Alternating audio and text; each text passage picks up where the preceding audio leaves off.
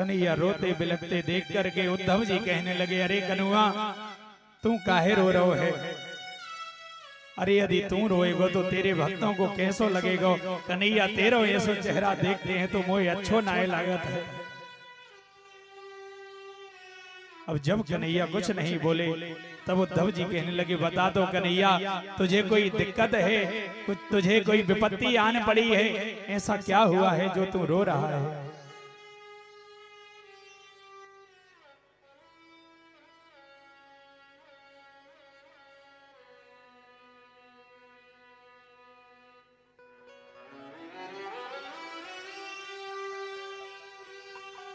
कन्हैया रोते रोते कहने लगे, उद्धव जी हम क्या बताएं, हमें ब्रजमंडल की याद आती है और जब याद आती है तो हमारे नेत्रों से केवल अश्रु बिंदु द्रग ढलते हैं और कुछ नहीं होता है।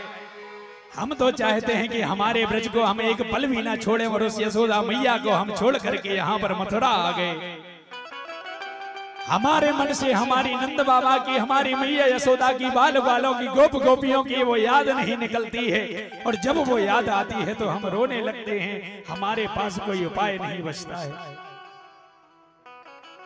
उद्धव जी कहने लगे, अरे कन्हैया तू तो परब्रह्म है, तू अखिलेश्वर है, तुझे काहे का मोह हो गया? तेरी क्या ममता फंस गई उनमें? तू तो अमना है, तेरा तो कोई मन ही नहीं है और तुम रोए रहो है। क्योंकि उद्धव जी के लिए तो घमंड था कि हम में ज्ञान है और भगवान को वही घमंड दूर करना था, इसलिए ब्रजमंडल भेज रहे हैं उद्धव जी के लिए। कन्हैया कहने लगे, भैया आप तो ज्ञानी हो, आप बृहस्पति जी के शिष्य हो, परम ज्ञानी हो, आप एक मेरा कार्य कर दीजिए। मेरी मैया यशोदा रो रही होगी, गोपी ग्वाल रोते होंगे, तो आप जाकर के उनको समझा आइए कि आपका कन्हैया स्वस्थ है, आपका कन्हैया ठीक है।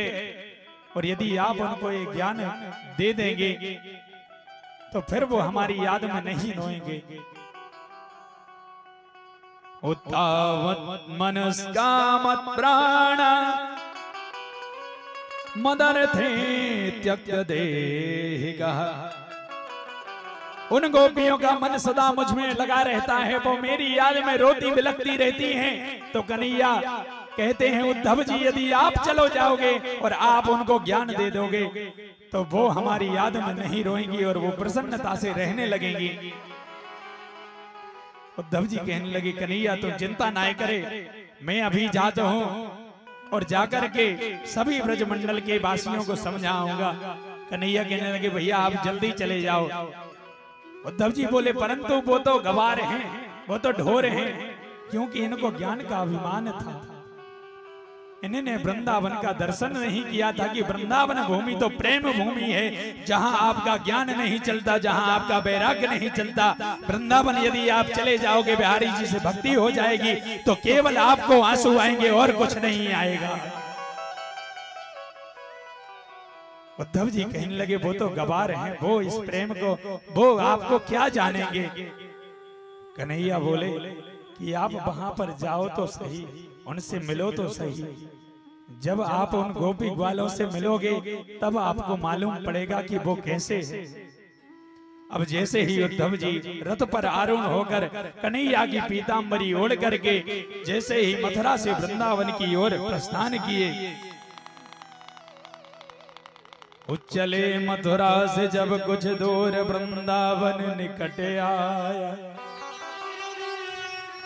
वहीं से प्रेम ने अपना अनोखा जाल फैलाया। उलझ कर वस्त्र में कांटे लगे उद्धव को समझाने, तुम्हारा ज्ञान पर्दा फाड़ देंगे प्रेम दीवाने।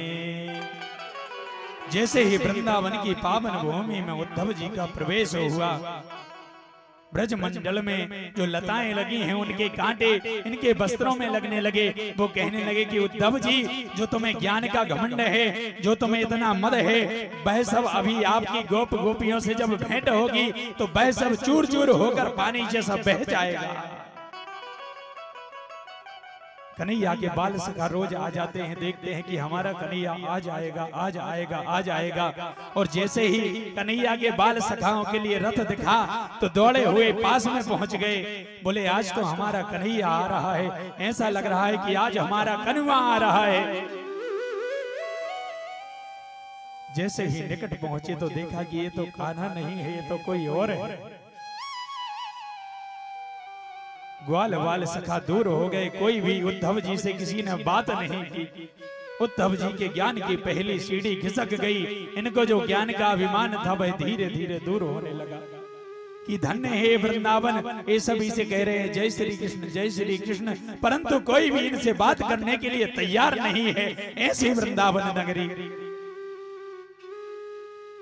बोले भैया हमें नंद बाबा मैया यशोदा से मिलना है, उनसे हमारे लिए कुशल क्षेम पूछनी है। हमें देखना है कि नंद बाबा कैसे हैं, मैया यशोदा कैसी हैं, हमें कन्हैया ने भेजा है। ग्वाल बाल कहने लगे अश्रु बिंदु की जो नदी बह रही है इसके सहारे आप चले जाइए, ये सीधे नंद महल की ओर जाती है। वहां पर आप जाना तो नंद बाबा वहां आपको मिलेंगे, वहीं मैया यशोदा मिलेगी। जैसे ही उद्धव जी पहुंचे नंद बाबा ने देखा, यथोचित सत्कार किया और नंद बाबा से उद्धव जी कहने लगे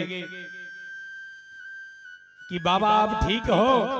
नंद बाबा कहने लगे अरे उद्धव, जिसका एक लाल वृद्ध अवस्था में पैदा हुआ हो, पूरी जिंदगी बीत गई, जिसकी आस लगाए लगाए पूरी जिंदगी बीत गई, जिसकी कामना करते करते कि भगवान कृपा करेंगे, कभी लाला है गोल, कभी लाला होएगो, और जब लाला आयो तो कछु दिन रुको और मथुरा चलो गो।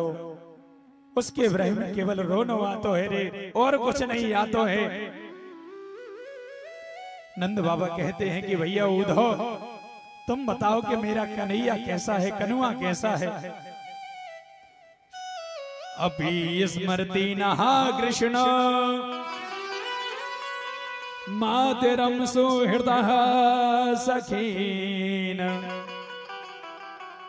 गोपान ब्रजम चात्मनाथम गावो वृंदावनम गिरिम। वो मथुरा जाकर के कहीं हम लोगों को भूल तो नहीं गया, कभी हमारी पूछता है कि हमारे बाबा कैसे हैं, मैया कैसे हैं, कभी वो हमारी याद करता है। कभी हमारा कन्हुआ कहता है कि हम वहां पर चोरी करते थे, हमें आज नंद बाबा की याद आ रही है, मैया यशोदा की याद आ रही है। कभी वो कन्हैया हमारी याद करता है या नहीं करता है।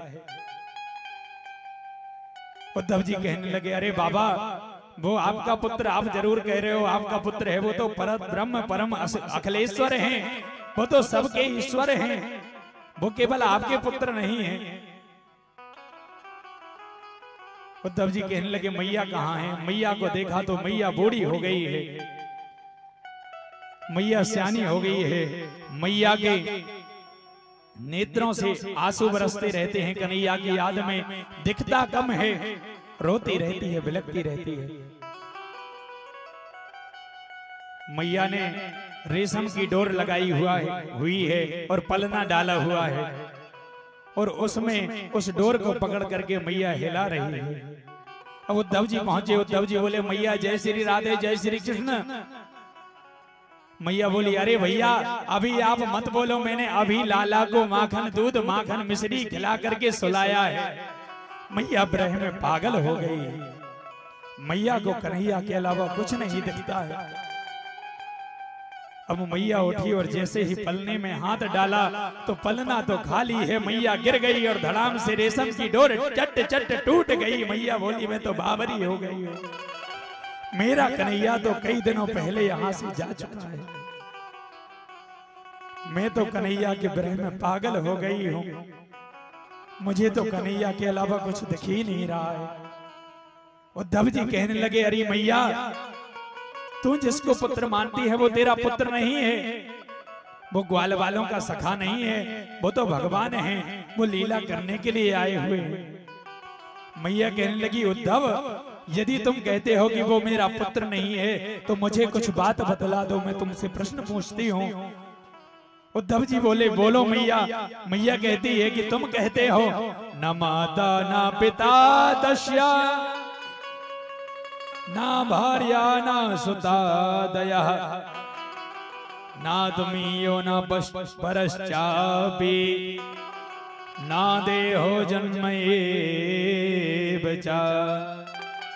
तुम कहते हो कि उनकी कोई माता नहीं है, उनके कोई पिता नहीं है, तो ये बताओ कि ये नंद बाबा कौन है?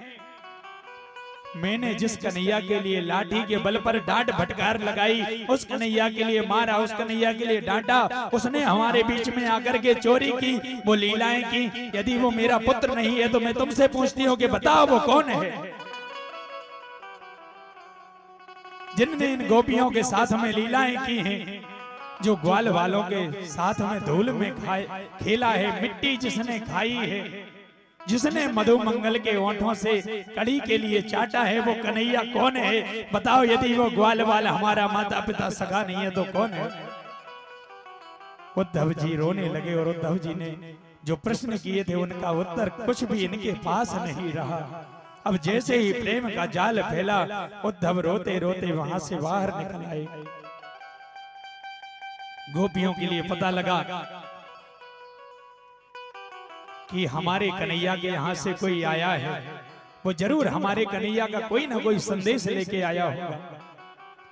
अब जैसे ही देखा कि उद्धव जी हैं और उद्धव जी को पहचान लिया तो कोई भी मैया ने बात नहीं की। उद्धव जी कहते हैं सभी से जय श्री राधे जय श्री कृष्ण, कोई भी मैया बोली नहीं।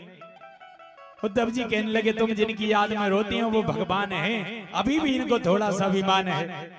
गोपियां कहने लगी उद्धव एक बात बताओ, यदि वो भगवान हैं तो तुम जिन भगवान की भक्ति करते हो, तुम जिनकी बात करते हो, उनको हम एक माखन का लौंदा देते थे और बोलते थे कि कन्हैया तू नाच, तो वो तुम्हारा ब्रह्म हमारे कहने पर नाचता था। हम कहते थे कि कन्हैया मैं तो ये माखन खिलाऊंगी, तू थोड़ा हमारा ऐसा काम कर दे, ये मटकी ले जाकर वहां रख दे, तो तुम्हारा परब्रह्म हमारे कहने से नाचता था। और तुम कहते हो कि वो कोई नहीं है। उद्धव जी हार गए। मैया लोग कहने लगे कि उद्धव कुछ दिन तुम वृंदावन में रहो और यदि किसी गोपी के प्राण निकल जाएं वहां पर तुम पेड़ लगाना, और पेड़ जब उग जाए तो वहां पर कान लगा के श्रवण करना। यदि वहां से जय श्री कृष्ण की आवाज ना आए तो तुम हमारी प्रीति पर थूक देना। अरे तुम प्रेम की बात करते हो तो अभी तुम तो जिह्वा से बोलने का कह रहे हो कि जय श्री राधे जय श्री कृष्ण बोला करो। यहाँ ब्रज मंडल के एक एक वृक्ष के यहाँ पर तुम कान लगाकर श्रवण कर लो।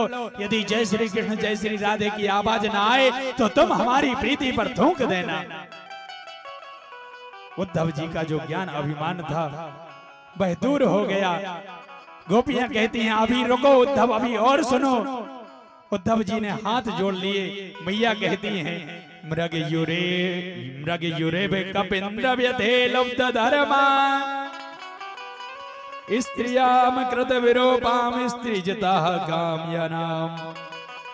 अरे वो तुम जिस ब्रह्म की बात करते हो ना कि वो ब्रह्म बड़ा सत्य है, वो छलिया नहीं है, वो चोर नहीं है। जब त्रेता युग में राम बने थे तब इनने बलि को बाली के लिए वृक्ष के पीछे छिप करके मार दिया था। तुम्हारा ये ब्रह्म यदि तुम कहते हो सत्य है तो इसने यह काम क्यों किया था? क्योंकि उद्धव जी ज्ञान की केवल क्लास पढ़े हैं, भक्ति की क्लास, प्रेम की क्लास नहीं पढ़े हैं। और जो भक्ति की क्लास पढ़ जाता है तो ज्ञान वैराग्य उसके पुत्र बन करके रह जाते हैं। भक्ति के आगे किसी की नहीं चलती है। जब भक्ति मैया आपके अंदर प्रविष्ट हो जाएगी तो ज्ञान वैराग्य अपने आप ही उत्पन्न हो जाएंगे। गोपियां समझा रही हैं कि तुम्हारा वही राम है, वही कृष्ण है जिसने छुप करके बाण मारे थे। अरे उस शूर्पणखा का क्या दोष था? वह तो काम के वशीभूत होकर प्रार्थना करने आई थी कि आप हमारे पति बन जाइए।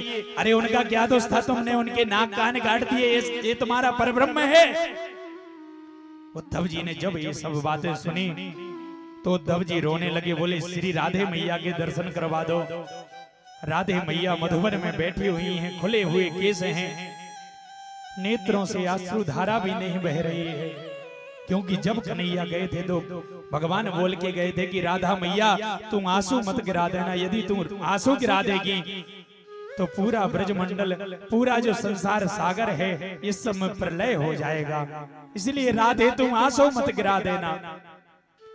राधे मैया बैठी हुई है, राधे मैया ने देखा कि कोई आया है। गोपियां कहती हैं कि राधे रात में हमें स्वप्न आया था और हमें स्वप्न में कन्हैया दिखे, कन्हैया ने मुरली बजाई। राधा मैया कहती है तुम तो बड़ी सौभाग्यशाली हो, भाग्यशाली हो, जो आप लोगों को नींद आती है, जब नींद आती है तो स्वप्न आता है। अरे मैं तो इतनी बड़ी अभागन हूँ, जब से मेरे कन्हैया गए हैं तब से वो बेरन नींद भी आना दूर हो गई है। इस प्रकार भगवान के भक्त जो उद्धव हुए, सखा हुए, इनका अभिमान दूर हुआ। गोपियों ने जाते जाते उद्धव से कहा, उद्धव 1-2 दिन के लिए आए थे और 6 माह वृंदावन में रुके हैं। गोपियां कहती हैं अरे उद्धव, कृष्ण धन कृष्ण मन कृष्ण ही हमारो धन, 8 याम उदो हमें कृष्ण ही से काम है। कृष्णमती कृष्ण गति कृष्ण ही है प्राणपति, अंधे की लाखड़ी उधो कृष्ण 8 याम है। उधो तुम भय मोरे पाती लेके आए दौरे, योग कौन जाने यहाँ रोम रोम श्याम है। अरे तुम बात करते हो उस कन्हैया की, हमारे तो रोम रोम में वो श्याम सुंदर बसा हुआ है। महाराज इस प्रकार गोपी उद्धव संवाद सुखदेव जी महाराज ने परीक्षित को सुनाया है।